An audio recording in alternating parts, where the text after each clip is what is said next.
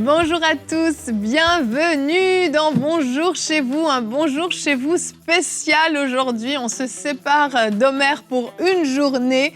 On va prendre le temps ensemble de parler de comment entrer dans le plan de Dieu pour notre vie. Mais surtout, je vous le dis déjà, nous allons faire un beau flashback sur l'histoire de MCI, voire même enseigne-moi.com. Et si je vous dis enseigne-moi.com et vous ne savez pas de quoi je parle, eh bien restez avec nous, vous allez le découvrir. Et aujourd'hui, donc, j'ai Frank avec moi, mais j'ai aussi Evelyne. Jérémy et Michael. Bonjour messieurs. Salut tout le monde. En super bonne compagnie aujourd'hui, on fait un petit spécial aujourd'hui. J'ai voulu vous avoir tous les trois pour qu'on puisse faire un retour. Oui, non, Jérémy passait par là, j'ai dit hey, viens t'asseoir. C'est bien. J'aimerais bien que je fasse ça. Ah oui, ça serait cool. C'était voulu aujourd'hui. Je voulais vous avoir tous les trois puisque tous les trois vous avez vécu des moments particuliers de l'histoire de MCI. D'abord, ça va commencer avec Jérémy et toi chérie, mais ensuite il y a Frank qui est venu se rajouter et on va pouvoir partager ensemble se greffer à l'Olivier Sauvage, c'est ça? Je sentais que tu voulais dire ça.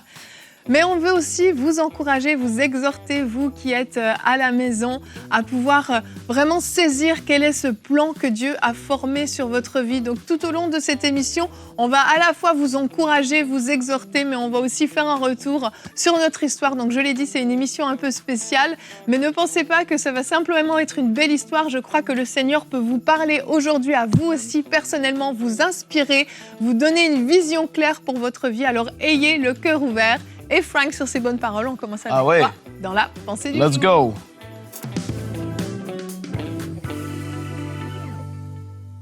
On parle du plan de Dieu pour notre vie dans cette émission. Et donc, 2 versets à partager avec vous. Avant d'aller un petit peu plus loin, le premier se trouve dans Éphésiens chapitre 2, le verset 10, passage connu, « Car nous sommes son ouvrage ayant été créés en Jésus-Christ pour de bonnes œuvres que Dieu a préparées d'avance afin que nous les pratiquions. » Et là, j'ai envie de dire ici que ça touche, entre guillemets, la volonté générale de Dieu, notre façon de vivre, etc. et tout ça, mais aussi très spécifique pour notre vie. Il y a des choses que Dieu a préparées pour chacun de nous. Si vous le croyez, vous dites « Amen » à votre maison, parce que Dieu a des choses en réserve pour votre vie. Et donc, ça, c'était le premier passage. Et le deuxième, c'est Psaume 32, verset 8. « Je t'instruirai et je te montrerai la voie que tu dois suivre. Je te conseillerai et j'aurai le regard sur toi. » Et ça, c'est un passage qui est extraordinaire concernant le fait que Dieu, en effet, il nous guide, il nous dirige, il nous conseille et il sait tout ce qui se passe dans notre vie. En tout temps, en toutes circonstances, il est au courant de ce qui se passe dans notre vie. Et puis aujourd'hui, j'ai envie de te poser la question, est-ce que tu as cette impression d'être rentré dans le plan de Dieu pour ta vie? Et là, ça semble tellement énorme, tellement grand, tellement gros, ça fait peur à certaines personnes parce que j'ai envie de dire comme ça, c'est la question numéro 1 que beaucoup de gens se posent et qui n'ont pas encore la certitude de pouvoir dire oui avec assurance.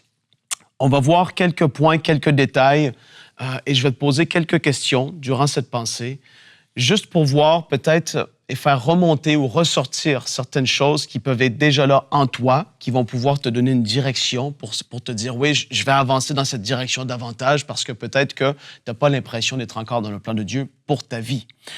Donc, première des choses que je veux dire, c'est que le plan de Dieu pour notre vie va tellement au-delà de ce qui est aujourd'hui mis de l'avant par rapport aux 5 ministères, le fait de prêcher ou de chanter ou de servir et d'être vu publiquement. Ça va tellement plus loin. Dieu a besoin des médecins, des infirmières, des docteurs, des gens dans la construction, des personnes qui sont des enseignants, des personnes dans les bureaux, dans le gouvernement. Dieu a besoin des gens, ses enfants, partout. Et donc, de comprendre ça, déjà, ça fait... parce que beaucoup stressent avec le fait d'être appelé, de prêcher. Non, on va beaucoup plus large que ça. Donc, première chose, est-ce que tu as déjà entendu sa voix? Est-ce que tu as entendu Dieu te parler te concernant par rapport aux choses qu'il en réserve pour toi? Par des fois une intuition, par sa parole carrément en la lisant. En fait, quand tu lis la parole de Dieu en la lisant, est-ce que tu as déjà eu une parole du Seigneur? Peut-être par une direction que tu sens qui est là à l'intérieur de toi. Peut-être que tu dis, je devrais aller dans cette direction, mais je n'ai pas encore fait le pas. Peut-être qu'il te parle d'une manière quasiment audible, ou il l'a déjà fait. Tu t'es dit, mais qui m'a parlé? Parce que Dieu t'a dit quelque chose de tellement clair que tu as fait « wow ». Et peut-être que tu as mis cette chose de côté parce que tu n'étais pas sûr, tu avais peur, tu avais ci ou ça. Et aussi, peut-être que Dieu t'a parlé par une prophétie qui a confirmé quelque chose ou qui a vraiment résonné en toi, mais tu as étouffé cette chose, encore là, par souci de je ne sais pas trop comment faire avec ça, comment est-ce que je dois réagir. Peut-être que tu as, je vais le dire comme ça, un indicateur naturel de où est-ce que Dieu veut t'aligner ou veut t'amener. Quels sont les talents ou les passions qui sont là en toi en ce moment? Quelles sont tes motivations de pouvoir accomplir ces choses? Et la troisième chose, c'est quel genre de personne es-tu? Es-tu une personne qui est aventurière? Est-ce que tu es quelqu'un qui est très carré, très minutieux, qui voilà, et tu te dis, ouais, je m'aligne vers telle direction dans ma vie. C'est toutes des choses qui peuvent être là de façon naturelle, mais aussi spirituelle, par lesquelles Dieu peut nous parler, pour nous amener dans une direction claire pour notre vie. 4 choses qui vont être importantes en terminant très rapidement. Ça va te demander de la consécration. Une fois que tu comprends où est-ce que Dieu veut t'amener, ça va te demander de la consécration parce que l'ennemi voudra te décourager et tu devras rester au pied du Seigneur afin de ne pas être dérouté dans ta course, dans ta route que tu vas entreprendre pour pouvoir être dans le plan de Dieu pour ta vie. Ça va te demander des sacrifices car tout le chemin ne sera pas facile. Deuxième chose. Troisième chose, ça va te demander du renoncement. Parce qu'il va y avoir des opportunités, il va y avoir des choses qui vont être là et pour essayer de t'amener hors de la volonté de Dieu pour ta vie. Je l'ai vécu et donc je sais ce que je dis. Ça va te demander du renoncement à certaines choses qui vont sembler être alléchantes, mais qui vont vouloir t'éloigner du plan de Dieu pour ta vie. Et ça va parfois être pas la chose la plus extraordinaire aux yeux des gens, ce que tu vas faire, mais pourtant, tu es dans la volonté de Dieu pour ta vie, car ce n'est pas à cause que tu es dans le plan de Dieu que tu seras automatiquement riche, célèbre, reconnu, honoré de tous, aimé de tous. Non, au contraire. Et donc, aujourd'hui, je te pose ces questions et te rappelant ces 4 points tellement importants pour pouvoir foncer dans la direction de Dieu pour ta vie. Merci, Frank. C'est tellement vrai. On croit des fois que quand on est dans le plan de Dieu, on va être forcément visible. Mais ce n'est pas toujours le cas. Je vous propose notre verset du jour pour commencer ce temps de discussion. Jérémie 29, 11. Vous connaissez très bien ce verset. Est-ce que vous pouvez vous l'approprier pour vous-même? En effet, moi, je connais les projets que je forme sur vous, déclare l'Éternel. Projets de paix et non de malheur, afin de vous donner un avenir et de l'espérance. On l'a vu dans ta pensée, Frank, Dieu a un plan pour chacun d'entre nous. Mais il n'y a pas de petits plans, de grands plans. En fait, tous les plans de Dieu qu'il peut former sur nos différentes vies font partie d'un tout. Chacune de nos destinées, en fait, font partie d'un tout qui est un plan pour l'avancement du royaume de Dieu sur cette terre, pour ce plan ultime du salut des âmes. Et tout part des fois d'un talent que Dieu a déposé en nous. Et quand je pense à talent, je me tourne vers toi, chérie, parce qu'on en parlait même hier ensemble, on se souvenait comment tu t'es battu quand tu étais adolescent pour que ta maman t'achète ton premier ordinateur, parce que tu avais une passion pour l'informatique. Ouais, c'est ça, et c'est pas anodin, c'est ce que Frank disait dans sa pensée aussi. Il disait que si vous avez une passion dans votre cœur, et c'est vrai que je crois que c'était à l'âge de 14 ans, ça m'est tombé dessus tout d'un coup. J'ai eu très envie de faire de l'informatique et d'avoir un ordinateur. Ça coûtait cher à l'époque, ma mère voulait pas m'en acheter un. Et puis un soir, elle m'a couché et j'étais tellement dans mon rêve, en fait, je pleurais. Je disais, je veux un ordinateur. Et je dormais. Je dormais. Et ça... encore ça parfois à la maison. quelque chose. Et ça l'a convaincue. À cause de ça, elle a acheté un ordinateur. Et c'est là que j'ai commencé à m'intéresser aux outils informatiques, ensuite à la programmation. Et j'étais pas encore né de nouveau. Mais on voit que Dieu, même dans la parole, il met des désirs dans le cœur des rois pour accomplir ses desseins. Et Dieu avait mis cette passion, ce désir de l'informatique dans mon cœur, qui a servi plus tard, puisque j'ai fait des études DUT en informatique. J'ai appris à faire mes propres sites web dans l'adolescence. Et puis, il fallait faire un site web à l'époque, enseigne-moi.com. Frank, lui aussi, ses désirs, c'était pareil. Tout à coup, la passion pour les caméras. Moi, c'était pas l'informatique, c'était la caméra. Mais toi aussi, t'étais ado, hein? Oui, j'avais 12 ou 13 ans. Et je m'étais acheté une caméra avec les cassettes dedans. Elle avait une lumière qui faisait poup comme ça sur le devant. Et tu regardais dans la caméra comme ça. Et je faisais beaucoup de skate à l'époque, du skateboard. Et puis, on se filmait avec les amis en train de faire du skate. Et puis, je m'étais acheté ma première caméra parce que j'en voulais trop. Je voyais les films. Je me disais, moi, je veux faire des montages, je veux faire des films et tout ça. Et donc, La première caméra, c'est commencé comme ça. Et puis, par la Et suite... ça a été utile. Tout à fait. oui. C'est grâce à ta passion, à tes talents, à ce que tu as magasiné comme expérience. Autodidacte. On a pu commencer les premières émissions de Attends, MC. tu vas trop vite. Tu vas trop vite, là.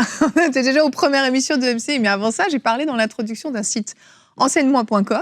Donc, c'était la vision que Dieu t'a donnée, chérie. Jérémy t'a rejoint Mika quand Michael vous a partagé cette vision avec ta femme et tout. Vous avez tout quitté. Vous étiez en Bretagne avec Annabelle. Vous êtes tous les trois partis et vous vous êtes installés dans une petite ville qui s'appelle Lieu-Saint en France. Je pose une question rapidement, excuse-moi, Evelyne.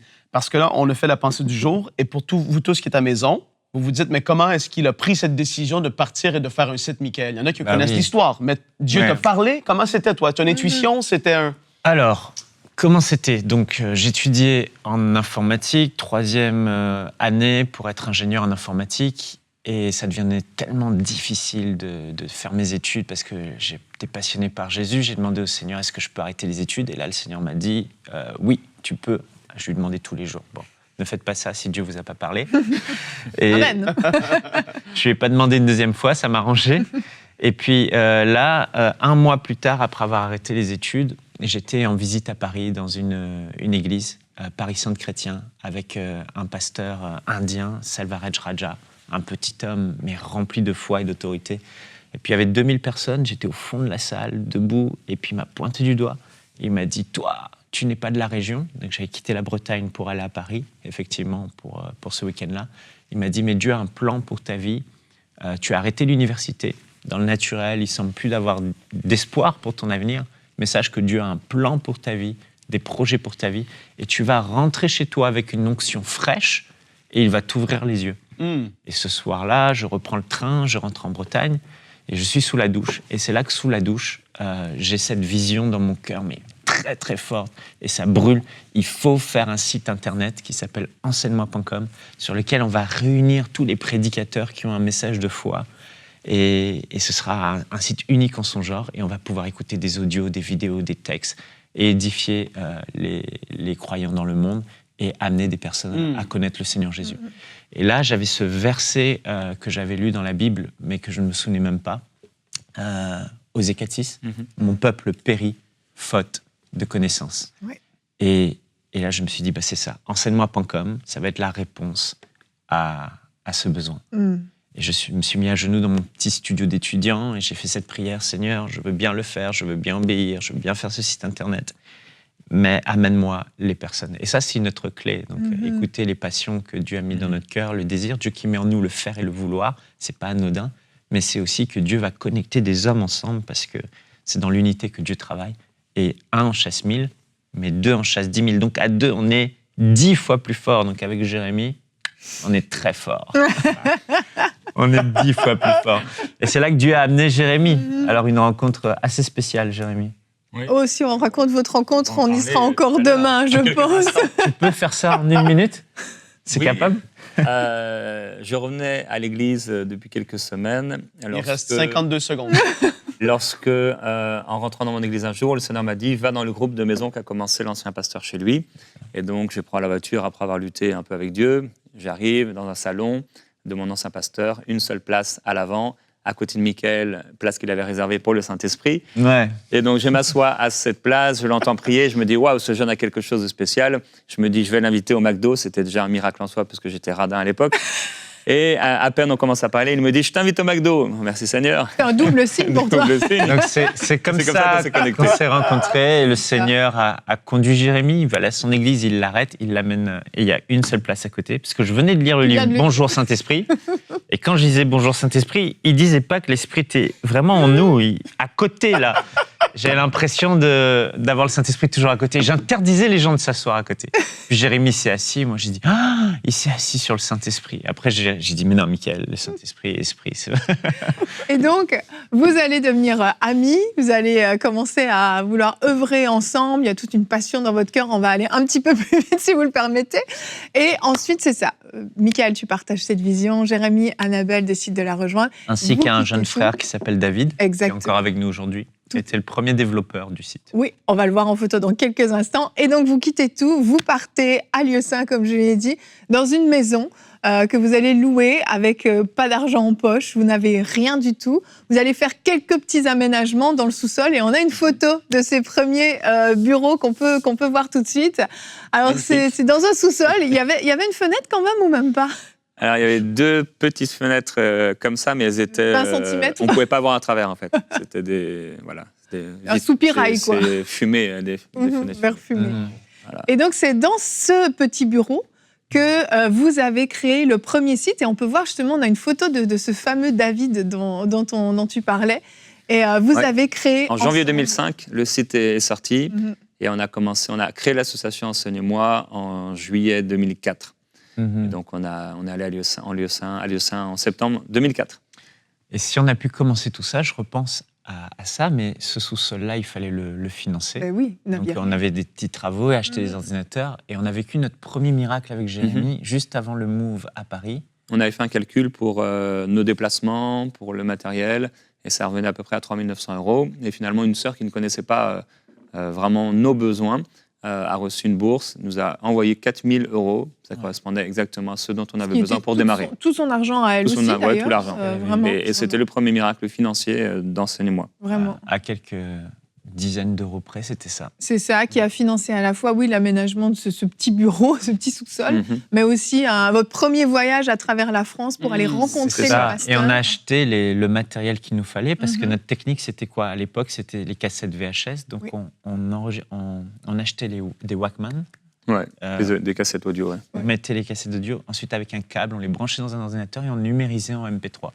Et on était pionniers à faire ça. Vraiment. Très peu qui le faisaient. C'est ça, c'était nouveau, ce premier site. On peut le voir aussi à l'écran. Ce tout premier site, c'était vraiment novateur. Aujourd'hui, on a YouTube, on a tout ça. On se dit, regarde Jérémy, comme t'es beau. Magnifique. La tête. Et en fait, très vite, ça a apporté beaucoup de fruits dans la vie des gens. Très rapidement, il y a eu des millions de connexions. À l'époque, comme tu dis, il n'y avait ni Facebook, ni YouTube, ni rien de tout ça. C'était l'époque des portails. Au bout de 6 ans, on avait chaque mois 500 000 visites. Donc, les connexions, c'était beaucoup plus, comme tu l'as dit. Mais 500 000 visites. Donc, pour l'époque, c'était vraiment énorme. Oui, c'était vraiment énorme. Au bout de 6 ans, tu dis? Ouais. C'est ça, j'ai regardé les chiffres. 6 mois, moi. Ouais, mais j'ai regardé les chiffres ce matin, c'était ça. En tout cas, c'était énorme, ça a apporté beaucoup de fruits. Et à ce moment-là, vous n'étiez absolument pas salarié. Il n'y avait aucun appel aux dons vraiment qui était fait. C'était vraiment par la foi que vous avez fait ça pendant quand même des années. Vous n'aviez pas grand-chose, vous avez vraiment payé ce prix. Et ça, je pense que c'est une clé aussi pour ceux qui ont un projet dans leur cœur, un fardeau dans leur cœur. Il y a ce prix à payer quand même. Ça ne se fait pas sans payer un certain prix. Mais le premier prix à payer, c'est celui du travail. Quand on commence, il faut se donner à 110%. Oui. 110% au début, à fond. Et c'est ce qu'on faisait. On travaillait matin, on finissait tard le soir. Jour et nuit, pratiquement. Travailler. Oui, il y a un prix. On a payé un prix aussi de foi, puisque on est allé par la foi, n'ayant pas les moyens. Dieu a pourvu. Il y a eu des moments où le frigo était vide, il n'y avait rien dedans, il n'y avait pas d'argent pour acheter à manger. Et puis Dieu a suscité un frère qui a eu à cœur de venir remplir le frigo, qui est arrivé. Des moments... vous avez vécu vraiment par la foi. Il y aurait plein d'anecdotes à raconter, puis on en a parlé dans d'autres émissions. Si vous voulez aller écouter un peu nos émissions archives, Michael particulièrement, tu as raconté une fois toutes les provisions divines que tu as vécues à cette époque où tu n'avais rien du tout. Et on avance un petit peu dans l'histoire, le site prend de l'ampleur. Et là, il y a cette décision de déménager au Canada. C'est Jérémy Annabelle qui part en premier en 2010. Ouais. Vous faites ce move au Canada. C'est ça. Vous vous installez. 1 an plus tard, Michael et moi, on vient vous rejoindre. On ne savait pas qu'on allait rencontrer Frank Poulin. Au Canada. C'est comme ça que tu as accueilli Jérémy à l'aéroport. Non, vous ne vous connaissiez pas. Je sais, vous ne vous connaissiez même pas. Moi, je me suis marié 2 mois après qu'il soit arrivé au Canada. Et je l'ai rencontré alors que je faisais une école biblique à cette époque-là aussi. C'est ça, donc fin août, début septembre 2010, on s'est rencontrés. C'est fou. Et nous, en 2011, on est venu vous rejoindre. Ouais. Et on s'est installé pour travailler dans les premiers bureaux d'enseignement. C'était encore dans ton sous-sol encore. On a bien aimé les sous-sols quand même. On peut voir peut-être le premier bureau du Canada. C'est un sous-sol, mais ouvert. Oui, c'était mieux. C'était quand même plus lumineux. Hein. C'était moins triste que celui de Lieusaint. On voit Jérémy et Annabelle. Et moi, je suis venue vous rejoindre à côté. Oui. Michael est venu aussi, mais il a travaillé, je pense, 1 semaine avec nous. Il n'a jamais supporté. Et il est parti travailler à la maison. C'était pas très productif.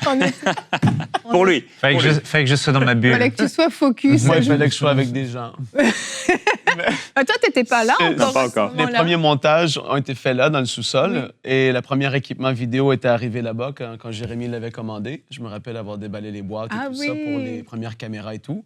Et les premiers montages qu'on faisait, c'était dans le sous-sol. J'allais là juste ponctuellement pour faire des montages. C'est fou. Moi, j'ai vécu toute ma grossesse de Louis dans ce bureau-là et il est important pour moi quand je vois les photos. Il y a un petit souvenir. Et ensuite... Je me souviens qu'un jour, j'ai appelé Jérémy, on discutait là-dessus pour me disant il faut qu'on passe à un autre niveau. Oui. Et pour aller plus loin, il nous faut des bureaux. Et donc là, on a discuté, on s'est dit, bon, OK, mais il faut que le Seigneur le finance. Oui. Parce qu'on n'a pas les moyens. Et donc, on a décidé de faire notre première campagne de dons. Première campagne de dons, après combien d'années ? Environ 10 ans. Environ 10 ans. Ouais, un peu moins de 10 ans. Ensemble, achetons les locaux d'enseignement. Et là, les internautes, parce que c'était des internautes à l'époque, ont vraiment répondu à cet appel, au-delà même de ce qu'on pouvait attendre. Et on a pu acquérir ce qu'on a appelé le miracle du château. Vous vous souvenez, on l'a appelé comme ça. C'était le château. Alors, c'est pas vraiment un château. Il s'appelait comme ça, en fait, dans la ville. Le château Perkins. Le château Perkins. C'est ça, c'est ça. Donc, c'est pour ça qu'on l'a appelé le miracle du château. C'était extraordinaire. Alors, tout était à rénover. C'était un bed and breakfast à l'époque, avec des vieilles tapisseries fleuries et des couleurs épouvantables. On a tout rénové. Là aussi, il y a des gens qui ont payé le prix pour tout rénover. Et puis, c'est là qu'il y a eu ce premier studio qui a été installé par toi, Frank, avec cette chaise. On peut le voir aussi à l'écran. On est entré dans le... Non, ça c'était une régie. Ah ouais, ça, c'était une des premières régies. Elle était déjà évoluée à ce stade, mais ça, c'était le premier plateau Pensée du jour qui se faisait. Donc, le 1er novembre 2012, on est entré dans le château. On a commencé à démolir, rénover tout ça pendant 5 à 6 mois. Et puis après, on a eu ce premier plateau qui était là avec 3 lumières et on en avait à peu près 5 au plafond que je devais bouger d'un endroit à l'autre. On filmait avec des Canon, des appareils avec photo. Des appareils photo tien, Canon. Au début, c'était le mien, bénévolement, en 2011 surtout, que j'ai commencé à faire des choses avec Jérémy, juste avant que Michael arrive. Donc, 2011, c'était mon équipement personnel, puis on a commandé éventuellement nos appareils et on était « wow ». Et tu te souviens, tu avais fabriqué des rails pour la caméra avec des tuyaux en PVC de plomberie. Oui, tout à fait. J'ai failli amener le truc ici sur le plateau pour montrer c'était quoi, mais oui, je l'ai encore, il est ici. Et donc, ça, c'était les premiers tournages de Pensée du jour. Et puis après, on a fait Les Pasteurs, j'ai une question un peu plus tard, en 2013. Les Pasteurs, j'ai une question. Après, il y a eu... In Studio. Mais ça, c'était dans l'extension qu'il y a eu sur le bâtiment là-bas. Est-ce qu'on peut voir quand même, j'aimerais vraiment qu'on regarde ta tête dans la régie, qu'on voit ta tête. Parce que tu veux revoir la tête de Frank? Oui, je veux revoir la tête de Frank. En fait, à cette époque-là, moi, je faisais tout ce qui était vidéo. Mais déjà, rendu là, on était un peu plus une grande équipe. Au tout début, je filmais, je faisais l'éclairage et je faisais les montages, j'exportais. Et puis après, parce qu'on voit Prière inspirée derrière. Et puis, ah oui, c'était Prière inspirée, ça, sur l'équipement. Donc ça, c'était la première régie, toute petite. Et puis après ça, on a eu une deuxième régie qui était plus évoluée avec les plateaux. Oui, la deuxième régie, on peut la voir aussi. Elle a l'air grande, mais en fait, elle était minuscule. Ouais, des fois, vous étiez à 5 dedans, je pense, même 6. Ah, pour des lives, on était 1, 2, 3, 4. Ouais, on pouvait monter jusqu'à 5 dedans. C'était fou. Il faisait une chaleur là-dedans et un bruit. Et il y a une clé qu'on a appliquée, c'est qu'en fait, quand je revois ces images-là, c'est qu'on a commencé avec ce qu'on avait. Vraiment. Beaucoup ne commencent pas et ne se lancent pas parce qu'ils attendent d'avoir tout en main, tous les moyens, toutes les ressources. Mais on a commencé avec un appareil photo, on a fait une émission, ça a eu du succès, les gens qui étaient bénis ensuite donnaient pour plus. Oui. Il faut commencer avec ce qu'on a. Et c'était novateur aussi à l'époque. Il n'y avait aucune émission chrétienne vraiment qui était faite, ou très peu. Ouais, chez les francophones, Chez les francophones, oui. C'était nouveau aussi. Et ensuite, il y a eu Bonjour chez vous. Vous voulez voir le premier décor de Bonjour chez vous, à quoi ça ressemblait? Je ne sais pas si vous avez vu, vous, à la maison, si vous avez suivi l'émission Bonjour chez vous à l'époque, avec notre belle petite table en U. Je ne sais pas si la régie la trouve, oui. Ah là là, c'était fou, je me souviens. Et on avait le C'est mon histoire à gauche, là, on voit le petit canapé jaune, c'était le C'est mon histoire qui était tourné là. Ça, c'était un salon dans la maison qui était devenu justement les deux premiers décors, Pensée du jour, Bonjour chez vous. Et puis après ça, c'est Pensée du jour, Pasteur, j'ai une question. Et puis après ça, Bonjour chez vous. Donc, il y a eu beaucoup de rénovations. Une salle à manger. Ce bâtiment a été surutilisé. Ça, c'est sûr.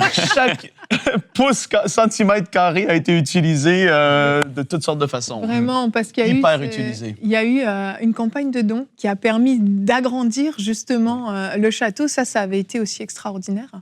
Oui, je crois que c'était la campagne des... Bon, je ne sais plus le nom exactement, mais ça a permis d'agrandir le château. 1500 visionnaires. Et puis on a fait le grand studio, là. C'est ça. Qui a permis de faire prier, Parole de femmes. Exactement. Et d'autres émissions. À peu près 100 mètres carrés. Mais il faut savoir que depuis Paris, depuis l'époque d'enseignement.com, je disais à Jérémy, un jour on fera des émissions, on fera nos productions, on fera des vidéos.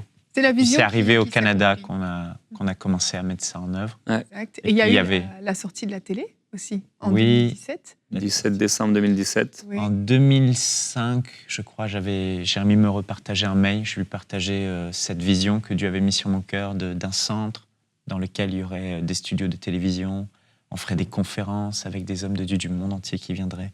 Et il y aurait aussi une application biblique. Exact. Et voilà, on y est. Vraiment, vraiment, ça a été extraordinaire. Tout un parcours qui a été fait. Et on peut revoir aussi juste les bureaux, parce que dans quelles conditions on travaillait. C'était tout petit, c'était comme notre open space. Ça. Il n'y avait même pas assez de place pour tout le monde. À la fin, quand on a déménagé et qu'on a fait cet appel aux dons pour le centre MCI, pour pouvoir construire ce bâtiment dans lequel on est aujourd'hui, les gens devaient travailler tous à domicile, enfin une bonne partie à domicile, il n'y avait plus de place. Là, en plus, c'est pendant le Covid, je pense qu'on avait dû installer aussi des plexiglas, exactement. Ça a été toute une période aussi. On était à 4 des fois dans un bureau. Ouais. Jérémy, Annabelle, Frank, Yveline se partageaient un bureau de 20 mètres carrés, 18 mètres carrés. 18 mètres carrés, je pense, max. Je me souviens, c'était génial. En plus, en plein Covid, avec les visioconférences qu'on faisait, on ne s'entendait pas. Ça. Frank et moi, on hurle en plus. Bon, en tout cas, c'est toute une histoire. Il y aurait encore 1001 choses à raconter. Oui, Jérémy? Oui, moi, je voudrais en profiter pour encourager tous ceux qui nous écoutent à pouvoir devenir partenaires. Si on a pu faire tout ce qu'on fait et tout ce qu'on fera, c'est grâce aux partenaires, aux gens qui ont été touchés. Et en introduction de cette émission, je me disais, une des choses les plus difficiles dans la vie, c'est d'avoir des regrets. Et j'aimerais que personne n'ait de regrets de ne pas avoir participé à l'œuvre que Dieu les appelait à participer. Si dans votre cœur, depuis un moment, vous entendez parler de cette campagne de dons, et à chaque fois, il y a quelque chose dans votre cœur, vous savez, vous vous dites « Ah, je devrais le faire », en fait, vous ne le faites jamais. Dieu vous parle, c'est l'Esprit qui vous parle. Et vous avez en vous ce sentiment, cette impression de devoir faire partie de la famille des partenaires. N'attendez pas, parce que l'Esprit de Dieu pourvoira à vos besoins. Si c'est lui qui met ça dans votre cœur, il pourvoira. Et le fait de faire partie de cette famille, ça amènera, je crois, sur votre vie une bénédiction particulière. Alors, MCI, on a toujours été pour dire « donnons sans rien attendre en retour », mais il y a aussi cette réalité que Dieu bénit l'œuvre de nos mains, et Dieu bénit aussi la semence et l'obéissance à la voix qu'il nous donne. Donc, si Dieu met dans votre cœur un montant pour devenir partenaire mensuel de MCI, donc rejoindre les 20 000 partenaires, 35 € par mois ou plus, eh bien, faites-le. Le Seigneur sera avec vous et il vous bénira. Amen. Et tu vois, tu parles de ça, mais j'ai un témoignage de nouveaux partenaires. C'est Jules et Stella du Gabon qui nous ont écrit. Ils nous disent « Nous avons pris la décision d'être partenaires mensuels par reconnaissance pour tout ce que Dieu fait dans nos vies au travers de ce grand ministère. Nous sommes un couple qui vivons une situation financière très difficile. Dès lors que nous avons pris la décision d'être partenaires, Dieu a pourvu miraculeusement. Voilà. Nous disons merci à Dieu. Il y a toute l'équipe qui a dit « J'ai les larmes aux yeux ». Et c'est ça. C'est ça aussi, effectivement. Et on prie pour ça. On prie pour vous et on s'attend à Dieu. Et on croit que oui, ceux qui font ce pas de foi, avec une foi sincère, Dieu pourra répondre aussi. Alors merci à chacun d'entre vous. Merci Vous pouvez aller sur emcitv.com/20 000 et prendre cette décision de soutenir cette œuvre. Vous avez vu, on vous a présenté tout ce parcours aujourd'hui parce qu'on voulait vous montrer comment Dieu a été fidèle, étape après étape, mais aussi le prix qui a été payé. Et c'est vraiment par grâce qu'on est où on est aujourd'hui. Et on veut aller encore plus loin. On veut que ma Bible sorte. On veut que ces projets que Dieu a mis dans le cœur de Michael puissent s'accomplir les uns après les autres. Et vous pouvez vous aussi y participer. Vous pouvez aussi mettre cette pierre à l'édifice et faire en sorte que ces projets voient le jour. Merci d'être venu. C'était cool de vous avoir sur le plateau. À refaire. Avec plaisir. Il y aurait plein de choses à partager encore. Demain, on se retrouve. Omer sera à nouveau avec nous. Ton couple est-il à l'abri des attaques? On change de sujet, mais c'est très, très important également. Et donc, Omer fera une rubrique couple et relations, la prière pour le couple. Merci d'avoir été là et merci à vous d'avoir été avec nous. J'espère que vous avez aimé cette émission spéciale. On se retrouve demain. Bonjour chez vous.